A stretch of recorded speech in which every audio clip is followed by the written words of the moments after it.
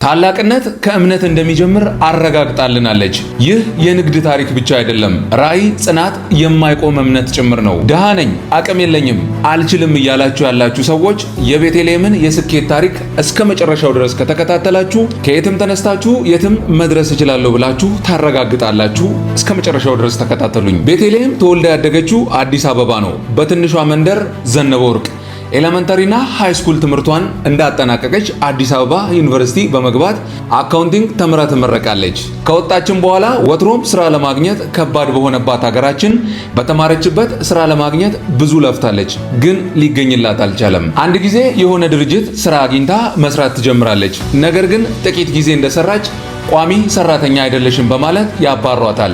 የዛን ጊዜ የተናደደችውን ቤተልሔም ታያላችሁ የልጅ ልጆች የሚሰሩበትን ድርጅት እመሰርታለሁ በማለት ተናግራ ትወጣለች። ቤተልሔም የድሃ ቤተሰብ ልጅ ስለሆነች ማንም ገንዘብ ሰጥቶ ስራ የሚያስጀምራት ወይም ይሄን ስሪ ብሎ ስራ የሚያሳያት የለም። ታዲያ እሷ ግን ሌላ ስራ ተቀጥራ ለመስራት ከመሯሯጥ ይልቅ አንድ ነገር አሰበች። በተከሰተባት ችግር ከማማረር ይልቅ መፍትሄ ፈለገች። ግቢያቸው ውስጥ አገልግሎቱን የጨረሰ ጎማ ትመለከታለች። ከጎማውም በረባሶ ጫማን መስራት እንደምትችል ታምናለች። እናም ምንም ነገር ሳታንገራግር ወንድሞቿን በማስተባበር ጫማ ለመስራት ሙከራዋን ቀጠለች። ለመጀመሪያ ጊዜ የሰራችው ጫማ 3 ኪሎ ግራም ይመዝናል። ይህን ያዩም ቤተሰቦቿ፣ ጓደኞቿ፣ ጎረቤቷ ሁሉም ይህ አይሆንሽም፣ ተይው፣ አርፈሽ ስራ ፈልጊና ተቀጥረሽ ስሪ ይሏታል። ስራ ማጣቷ፣ የሚያበረታታት ሰው አለመኖሩ፣ ያሰበችው ስራ ካሰበችው ነገር ጋር አለመገናኘቱ ተስፋ አስቆራጭ ነበር። ብዙ ሰው የጀመረውን ነገር የሚያቆምበት ምክንያት ይህ ነው። ሰው አልተረዳኝም፣ ቤተሰብ አይደግፉኝም፣ አንዴ ይሞክሩና በቃ ይሄን አልችልም ይላሉ። እሷ ግን እጅ ለመስጠትና ተስፋ ለመቁረጥ ዝግጁ አይደለችም። ታዲያ ሙከራዋን ቀጠለች። ከዛሬ ነገ እየተሻሻለች የምትሰራውን ነገር ማስተካከል ጀመረች። ከዛም ምርጡ የተባለውን በረባሶ ጫማን መስራት ቻለች። አሁን ደግሞ ማምረት ብቻ ዋጋ የለውም፣ መሸጥ መቻል አለባት። ይህ ለሷ ፈተና ነበረ።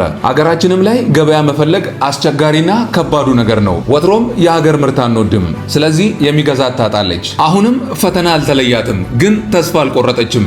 በፊቱንም የመፍትሄ ሐሳብ አይጠፋትምና ፊቷን ወደ ዓለም አቀፍ ገበያ ዞረች። የዓለም አቀፍ ገበያ ላይ ለመግባት ከፍተኛ ገንዘብና ግንኙነቶች ያስፈልጋሉ። ምንም ግን አልነበራትም። ሙከራዋን ያለምንም ካፒታል፣ ያለምንም ትልቅ ኢንቨስትመንትና ያለምንም ዓለም አቀፍ ግንኙነት በትንሽ ቦታ ላይ በእጅ የተመረቱ ጫማዎችን በትንሹ መሸጥ ጀመረች። የድርጅቷንም ስም ከአባቶቻችን የአድዋ ድል ታሪክ ጋር አገናኝተዋለች። ለነጻነታችን ሲዋጉ በረባሶን ጫማ ስላደረጉ እኔም የማመርተው እሱን ስለሆነ በማለት ሶል ሮብልስ በማለት ሰየመችው። ዓላማዋ ግልጽ ነው። ዓለም አቀፍ ብራንድ የሆነ 100% ኢትዮጵያ ውስጥ በእጅ የተመረተ ጫማን ለዓለም ገበያ ማቅረብ ነው። የጀመረች ሰሞን በጣም ከባድ ነበረ። የተወሰኑ ሰዎች አመኑባት፣ ሌሎች ግን ኢትዮጵያ ውስጥ የተመረተ ጫማ እንዴት በዓለም አቀፍ ገበያ ይሸጣል በማለት ሳቁባት።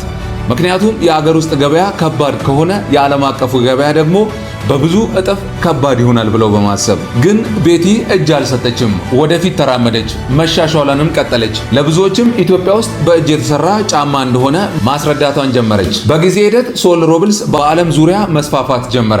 ኢትዮጵያዊ የሆነ ጫማ በዓለም ገበያ በስፋት ገባ። በአሜሪካ፣ በአውሮፓና እስያ ውስጥ ከ11 በላይ የጫማ መሸጫዎችን ከፈተች።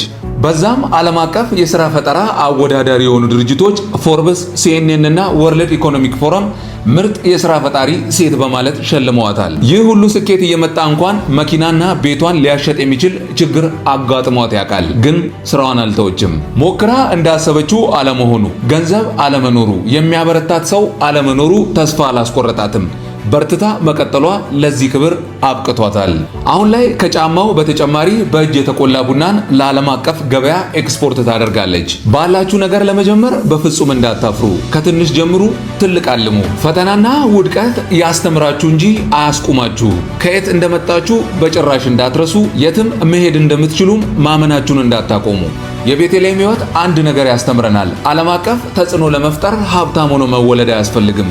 የሚያስፈልጋችሁ ድፍረት፣ ወጥነትና ምክንያት ብቻ ነው። ይህ ታሪክ አነቃቅቷችሁ ከሆነ ሌላም እንደዚህ አይነት ታሪኮችን ማግኘት ከፈለጋችሁ ቪዲዮን ላይክ እና ሼር ማድረግ እንዳትረሱ። ቻናሉንም ሰብስክራይብ አድርጉት። በቀጣይ እንዲህ አይነት አስተማሪ ታሪኮች እስክንገናኝ ድረስ በደህና ቆዩ። በብልሃት እንኑር።